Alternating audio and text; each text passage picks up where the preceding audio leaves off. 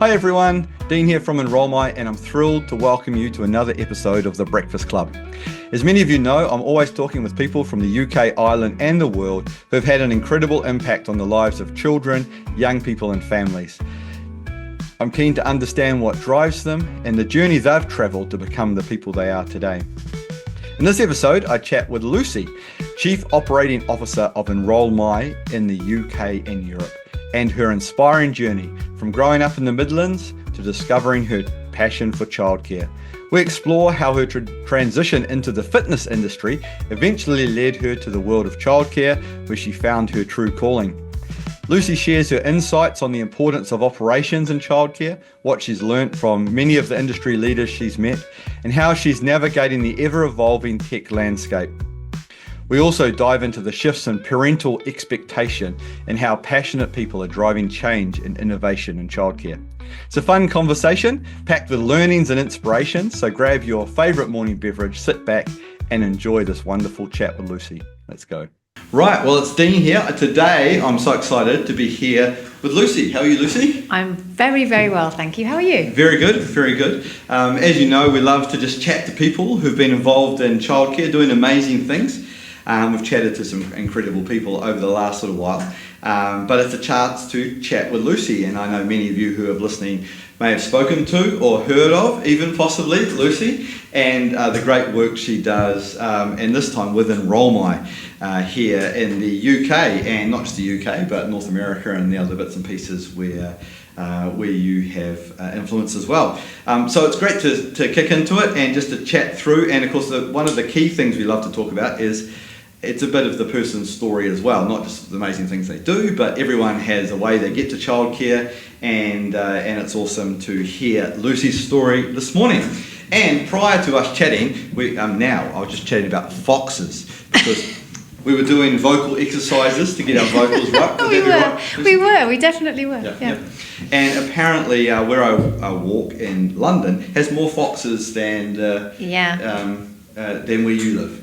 I live in the countryside, and we do have a lot of foxes, but I think they're maybe less brazen than the foxes that you would have in the city. And I'm always surprised when people who live in big cities say there was a fox. But they're a bit braver, I think, where you are. A bit more used to people, maybe. Yeah, definitely. Yeah, they keep away from people in the countryside. Yeah, fair enough. They've got a bit more open space to run in. Yep. I remember the first thing spending time in the UK was squirrels.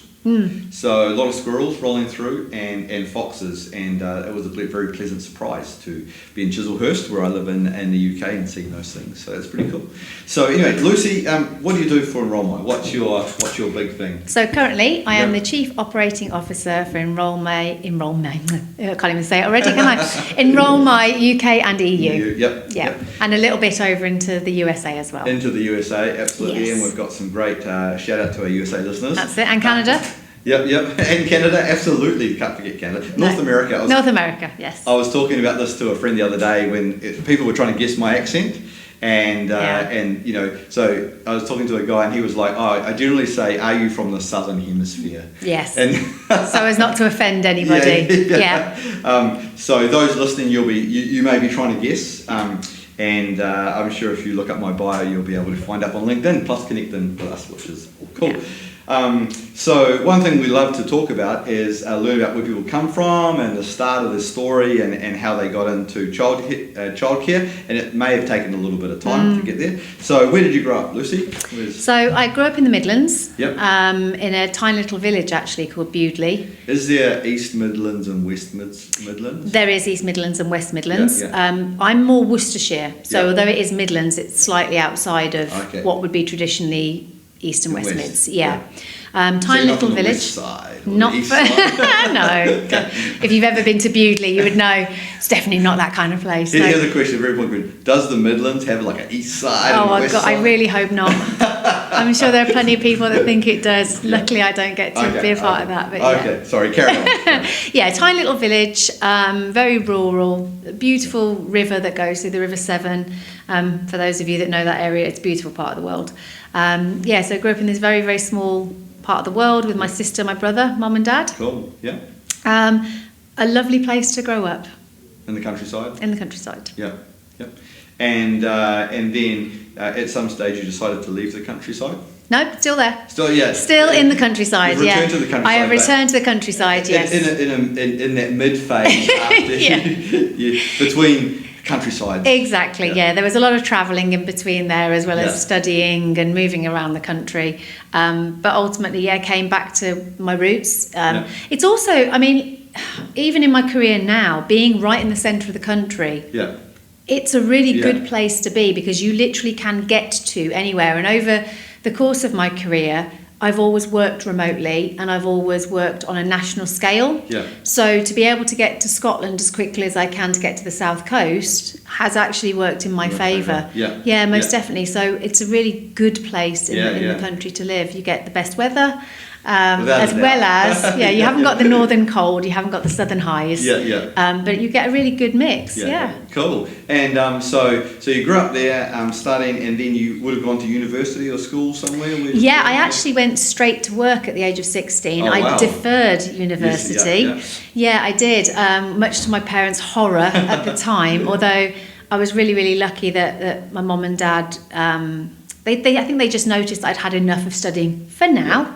I did return back to it eventually, and I'm still in education now. Even then. Weirdly. So I don't. It's not that I don't hold education in high esteem. I absolutely do. But at that time for me, no, I wanted to go and work. I wanted to go and do that, which is exactly what I did. Worked for a double glazing company with my first job. £60 a week. Wow, it's some serious cash there. Back in the hedonistic heights. We won't ask what year that was. No, please don't. In conversations. Exactly, and then sort of bumbled around doing random jobs. I mean, I loved all of them actually, really, really good, until I found my way into fitness, which was where the passion started. And it's interesting talking with a number of different people that the fitness industry is something that, if people are involved in sports or excited about all those kind of things, many people end up in the fitness industry.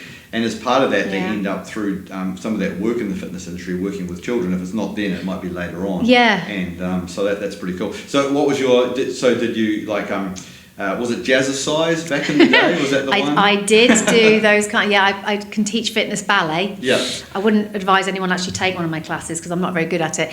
But it was. I went through the traditional route of started off with classes and then sort of grew it from there. Did all the personal training, then went to sports injury therapy, then went into nutrition. And I think the fitness industry is really interesting. It kind of gets you. It's definitely, you either love it, you fall in love with it, or you fleetingly pass through it. And I was definitely someone who fell in love with it. For sure. I think there's a definite, I mean, it helps people in a different way to, I think, any other industry or role. Nurses help people, but in a completely different way. And that nutritional well-being, health, wellness route, you meet some very special people. And I was lucky to work with everybody from professional sports people all the way through to real sort of your old age pensioners, and they were some of my favourites. So it does definitely get you.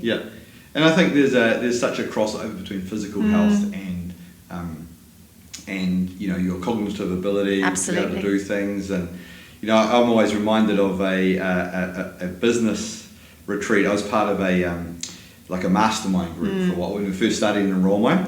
And so one of these business retreats, the main guy who ran it brought along his personal trainer, who happened to be a boxing coach. And so as part of this retreat, we had to practice all these boxing moves and then pair up with people, and we were given, it was something like 30 seconds to have a little boxing fight, and that would have been a hard no from me. And I was like, I wasn't quite sure how to think about it, and it was quite funny. But anyway, I got paired up with this guy who was, I'm 6'3", former rugby player from New Zealand, and I was paired up with this kind of mid 5 foot something or rather Indian guy. He kicked your butt, didn't he? And I had to go first. I believed in boxing, but first I'm like, I'm just going to take it kind of like quite light and not be too serious about this whole thing. But when it came to his turn, he was serious and oh man, took no prisoners. it was super funny. I was like, probably that's the extreme end of it was. I still remember that, and I'm still good friends with that guy. That's so Shrini, nice. a shout out to Shrini for that. That was something I still remember, and they're great people. So anyway, so that's fun. So the fitness industry. Yeah. So I've had many varied experiences with the fitness industry, which is great as well. And then obviously it gave you a lot of confidence through the work in that industry. Yeah, I think you get very used to working with people, communicating. You have to be able to be a good communicator in fitness and wellness because you have to understand people. If you want them to be successful, you have to understand them. Yeah. And so from there, I then went into the management. I worked in private education within fitness, and so from there I went into the operational side of things. Yeah. And again, because you need to be organised, you've got to be a good communicator, and you've got to be able to understand education. All of which I did after working in the fitness. You see, I went to teaching in fitness. Yes. Yeah. So you very much take all of those skills and just apply them in a completely different way. Yeah. But still in the same industry. It was great. Yeah. It was really great. Yeah. So absolutely loved it. And then from there went to work for what you guys would know it as now, Weight Watchers. Yep.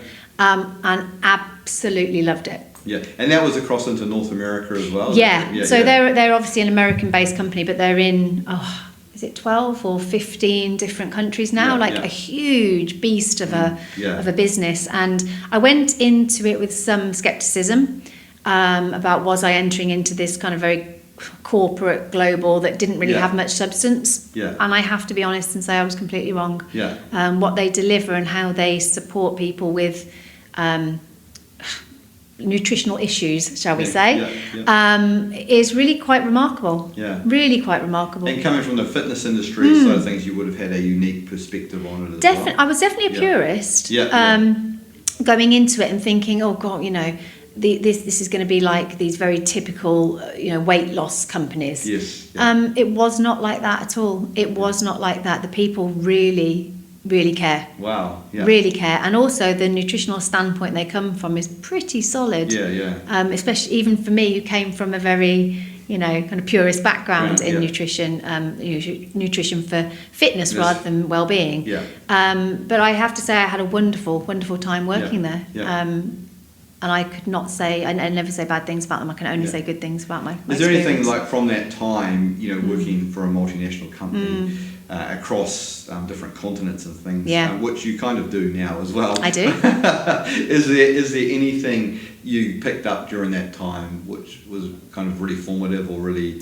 Yeah. I think that a lot of global businesses, excuse me, try to do this, and I think some do it well, some do it badly, but they try and apply the same theories or logics to everything they do. And it doesn't always work. I think you have to remember there are quirks and nuances for different environments, different businesses. Even though you're dealing with nutrition in one country and nutrition in another, there are differences. Yes, there are different approaches. People are different. Culturally, people are different. And we have to remember that.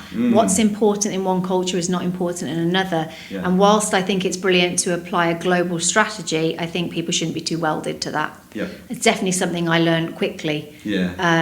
When trying to apply, things from a lens of a US perspective to a UK business, you go, we're British, it doesn't work like that. We're awfully British, it's not going to translate.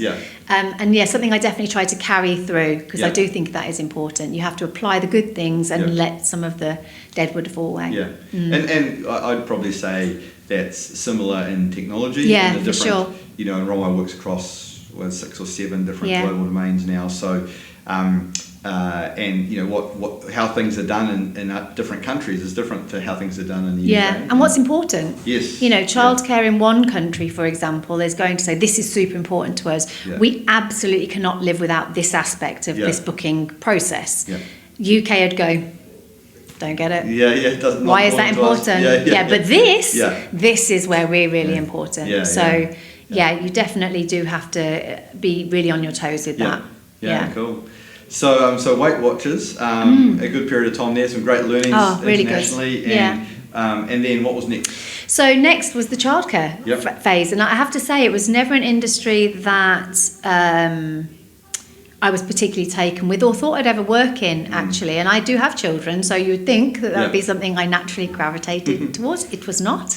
But what did draw me to it, and the reason I ended up working in childcare, was it was for a business that had a sport element to their childcare. Fitness coming into it, Exactly, cool. Which I think is super important. And so that's how that translated across, and I got an opportunity to work for a large provider in the UK. I met some fabulous people, one of whom I know we'll be chatting about in a short while. And so took that opportunity to go into that business for a very large scale, the largest in the UK childcare provider for out of hours childcare. So a very interesting transition, steep learning curve. And you went into it in an operational role as well, and you were able to bring some of that operational thinking through. And I think that's a wonderful thing, operations, which is where my career has grown. I love, actually, because I think you can apply it to so many different elements. And operations is about people. And I defy anybody to sort of argue with that. Of course, you have to have the skill sets of understanding numbers and understanding metrics and, the structural part of operations for sure. But the reality is, if you're in a business that has people, you've really got to understand how those operations affect those people. And it's so true that people get into ideas or thinkings, or even in kids' activities and in childcare. Well, we want to start this thing and do this thing, and the doing is the getting out there and kicking a football around with the kids, or wraparound care or whatever, and not necessarily a large amount of thought initially is given to the back end operations. Absolutely. But actually, that's the bit of glue. We like the poor relative often, and then you always have that. That clash, shall we say, between business development and operations, because one is always pushing the other one's buttons, and you've got to find that balance between the two things. And again, it comes down to communication. Always communication.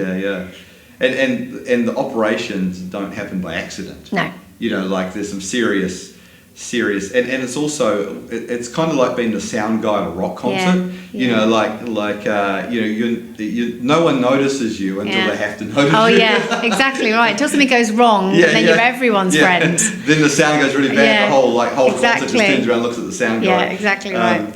And it's underappreciated but massively valuable to the thing. And it's funny, I was working away one evening at home, and I'm at that stage in life now where I help administer, I suppose, in the UK. My uncle passed recently, and he has estates in the UK and back in New Zealand, and so part of what I do is administer the New Zealand part of his estate. So I was working one night, and my son came through and said, "Oh, Dad, what are you working on?" And I said, "Oh, look, I'm doing this stuff for Uncle Will's estate and things." And he was like, "What does that mean?" And so I said, "Well, everything in the world has that when you start growing, or has an operational element to it. You have to comply with certain things. You have to do bank statements. You have to, reconcile your accounts. You have to report on all these things, and tax. Never going to go anywhere, is it? No, and so part of life. Just your day-to-day life. You go to school, you need to make sure your assignments are on time. All these things have to happen. Have you got your PE kit? Your lunchbox? And it's the same. Operations is the same. It's like all these things that need to happen. To make sure that what happens on the ground, the people that get all the glory, the rock band at the front, sound really good. Yes. Because operations in the back has made that happen. Very true. Yeah, I am actually the operational backbone of our family as well. So. Yeah, I'm forever shouting down the stairs. Who hasn't got their PE kit? And big shout out to all operational backgrounds of families. I feel you people. Got to make it work. Yes. So that's cool. So some time there, and of course during that time you met a mutual friend of ours, Craig. Yes. The wonderful Craig Jones, who is a force. Yes. Let me tell you, as someone who's worked very closely with him. He's a whirlwind. I had to learn to speak Craig Jones, which I do very well. Craig, if you're listening, he knows how much I adore him. But he definitely. what's the word? He showed me how to work in childcare, which I think is incredibly important. The operational stuff I had down pat, and actually that was the energy that I brought to him, because he needed that support, because he's such a busy person. So I was able to bring that support to him, and he was able to teach me about what's important in childcare. So awesome. I thank you for that. And we're excited to have Craig on the podcast at some stage coming up.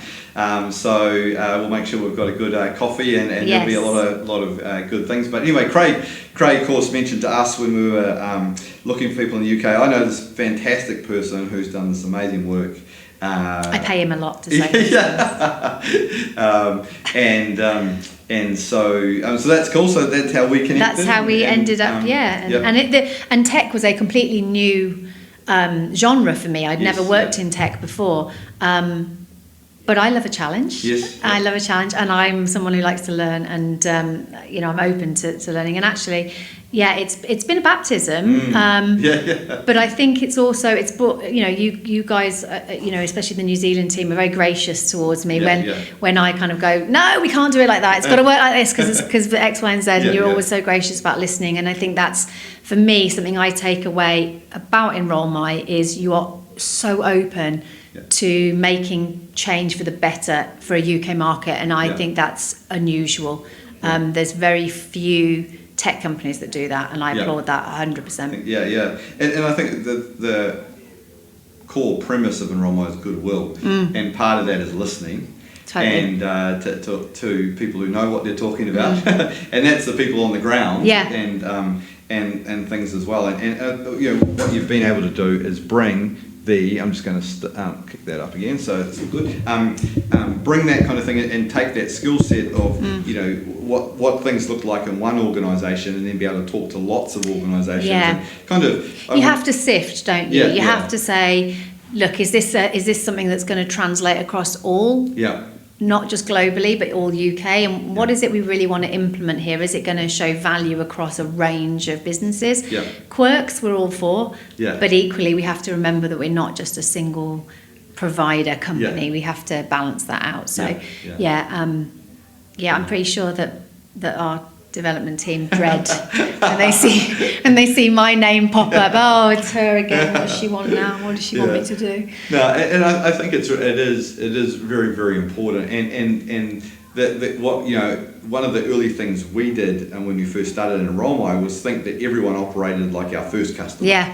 And we realised that everyone quickly you realised that that's not the case,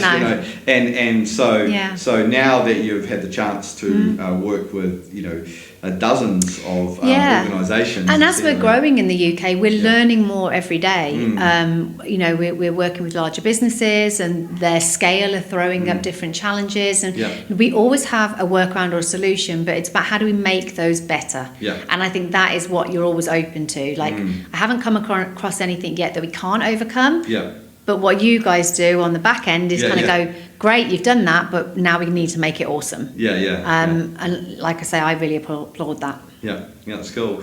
And then so right now back in the Midlands. And not on either side of the Midlands, just in the middle, Worcestershire. I'm in a little place called Worcestershire. Worcestershire, where the sauce comes from.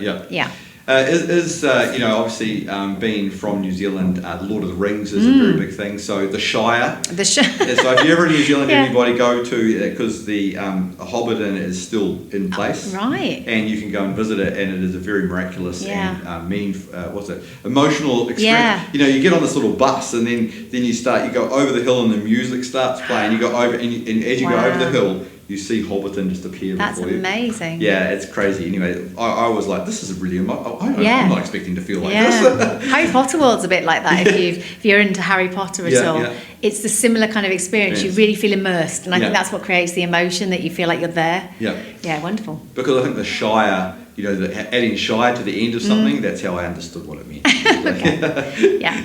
We got a lot of Shires in the UK. I'm in one of the little ones. And then also, obviously, being in the UK, Lucy, you've been very good at schooling me up on what I need to know in football land. But your husband played some significant rugby. He did, yeah. Matt was a professional rugby player for a lot of he's retired now. Yeah. He doesn't really have great joints anymore. They've taken a bit of a battering, but he played in South Africa for the majority of his career. One of the very first British people to ever be scouted and taken over there to play for the Blue Bulls. Yeah. So he played a really high level of rugby and was very good by all accounts. So I'm led to believe. So I'm led to believe. And I think it's something he'd love. Our two, we've got two little boys, and they are just like their dad. So if they don't end up playing rugby, I'll eat my hat.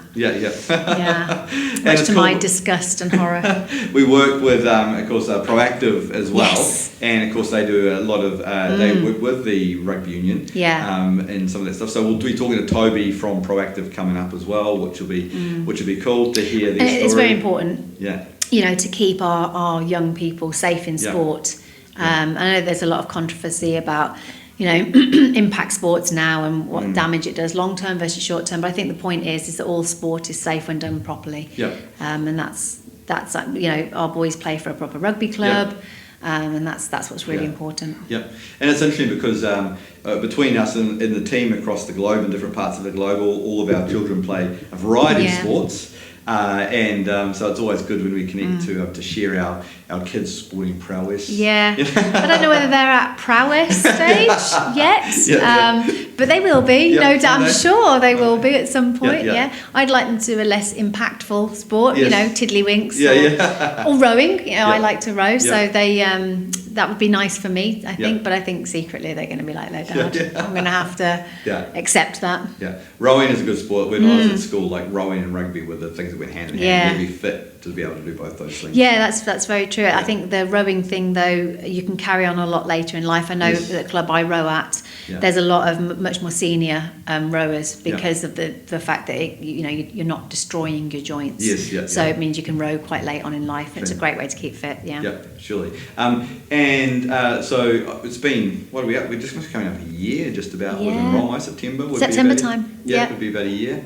There's been just, huge growth in Romai during that period, which you've led through, which has been awesome. And anything, I suppose, over that year's period that stuck out to you as like, wow, this is an interesting thing, or something, with the industry, many people who are listening will be part of the industry and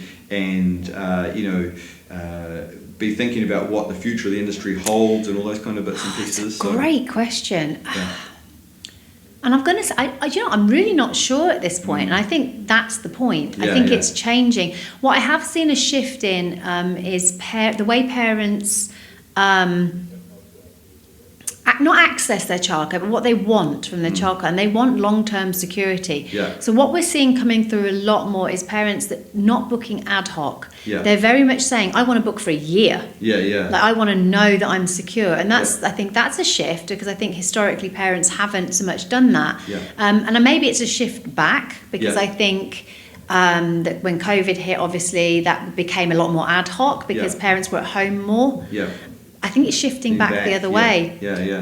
So it'll be interesting to see where that goes in terms of childcare. And I think it's really good that the government are investing in wraparound care now, and that we're getting more providers accessing or able to access funding to expand their provision, which is great. I think that again opens up these smaller providers. It gives them the opportunity to use a business like in Rolmai, where they can have everything for their parents in one place. Which is a really good thing. What I'm very surprised about is how many providers there are out there as well, and what a big industry it is, and how still so needed. And it's so underrepresented as well in the UK. We focus very much on children in school, and we focus very much on nursery education, but wraparound care is an extension of a school day, and we need to it's not the poor relative, which it often gets made. And not just that, I'm very lucky. My husband's now retired because I've told you he's broken from head to toe. So we don't need childcare in the holidays. However, our children need it because they don't want to be around with all the best will in the world. We are boring. We do not want to play Roblox with them. We don't care about Minecraft, and we're sick to death of playing in the garden with a rugby ball. So we need that. They go to rugby camp and they go to basketball camp as well. They go to, but we need to have more of that is accessible for children. Not just as something that parents need because they're working, but also for children. So to make it affordable and to make it accessible and make it a good quality so our children are safe. There's certainly, I would not be sending my children anywhere that I didn't think was safe, and that's really important. And I think that's one of the cool things about this industry, that the people out there serving children and families are great people because they might love basketball and they want to give kids incredible basketball experiences, or someone might love rugby or love football and the industry is full of people who are there because they want to be there and they want to share a passion and a love that they have. And it's good for everyone, and it's great for the kids because the fitness kicks in and all those kind of bits and pieces, and so it's a really exciting industry to be a part of because all the people are so great. And so passionate. And our job is to be the superpower behind that says, okay, admin styles, they don't want to do admin. And let's be honest, who does apart from me who works in operation and loves it? I love an Excel spreadsheet. Let's be honest, I run my life on them. But people who work with children, they really don't. And I think what we have to also remember is that with any kind of booking platform or technology, childcare is a complicated industry because we have to keep children safe. Businesses are complicated. So we have to have a software that is complex enough to handle that, but simple enough to use. And I think that's really, really key. Because people they're not interested. What they want to do is, like you say, be outside playing with the kids. And not inside stressing over a spreadsheet. Send it to me, people. I'll do it. I love it. And everyone that I've spoken to on the podcast so far, they talk of those stories of getting started and their passion for things and how they wanted it to roll, and it's just so exciting talking to everyone in the industry, and that's why we love this industry and love hanging out. And one of the really big things is that you can't run this industry from ivory towers. No. And so that's why all the people we've talked to have been very successful in what they've done. But part of the reason for that success is that they are in touch with what's happening on the ground. And Craig Jones is a perfect example of that. Totally. And why he was such a great person for me to work with to understand that. So like I say, I was lucky enough to have a mentor like that within the childcare industry to remind me of why it's important that we understand that. And every time I sometimes, as the CEO of a software company, it's easy for me to be behind a desk and not out in the forefront. But I'm really passionate about getting out and meeting people and having these conversations because it's important for me not just to talk about what happens in those spaces, but to actually feel it and understand it and really get an emotional connection and a real connection with people on the front line, because at the end of the day that's who we're serving. Absolutely right. Which is really cool. And because I love taking train journeys all the way around England. Of course. You get to see some beautiful countryside as well as some not so beautiful. I'm going to admit that. It's all beautiful in its own special way. It really is. There's some nice parts. The UK is an incrediable place, and it really is. It's a special place. I was as people were trying to pick my accent, I was on the latest flight over. One of the air hostesses, because I was in the long legged space, so the air hostess is sitting there, and we were trying to pick her accent. Of course, the UK people next to me were Scottish. Definitely, she's Scottish, and I was still struggling between Scottish or Irish kind of thing. And that's my heritage, is Ireland to Scotland, and then a boat from Scotland to New Zealand. So I'm slowly learning to pick these things. And some people can, if they've lived in multiple places, They can switch their accents. I know, I can do certain accents. When Yeah. I've worked in the West Midlands, they Yeah. have a very strong it's what called a black country accent, Yeah. and it goes back to the days of mining. Yeah. That's why they call it Or the black coal, country. Coal mines. Yeah, I think it was iron, steel and coal. Oh. I don't think coal so much, but iron and steel Steel, definitely in the black country, and that's a very, very strong accent Yeah. to the point where some of them more broad, you probably wouldn't be able to understand. I Yeah. struggled. Yeah, yeah. So yeah, but yeah, that's sort of not too far from here, and Yeah. yet you've got very sort of vanilla and sort of straight lace accents, and then ones that you're like, what did they say? Yeah. Yeah. I love it. Maybe we'll do a podcast on accents. Accents, yeah. And there's different people that I could that will interview. I'll say during this interview, you need to use this accent. Yes, that's it. Connect with a whole new Connect, part of the that's audience it, or yeah. something. Yeah, that's cool. Well, thank you, Lucy. Thank Thank you you. very much. It's been great to chat with you, and I hope everyone who's been listening has had got some really great value out of that, and also got to know Lucy a little bit. And for many of you, often one of your first calls or one of your first emails, Lucy will be a part of that. Yeah, and I'll say hello to all our existing customers. Yes. Hi guys. Yeah. And hello to all future ones too. Yes, yeah. And also put comments, please, wherever you see this or hear this. Throw a comment in the comments to say that it was great to hear from Lucy, which is cool. Well, I've got, as we've talked about, one, but I've got probably 3 or 4 other big heavy hitters next on the podcast. What's super cool is that I'm talking with Lucy and Amy in the last podcast as well, is just to speak to more of the women in the industry as well.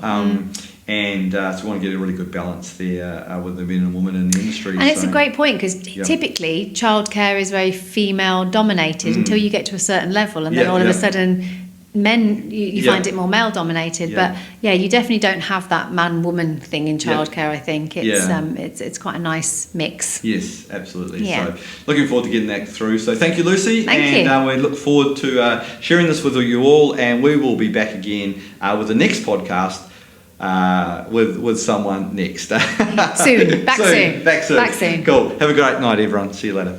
Bye.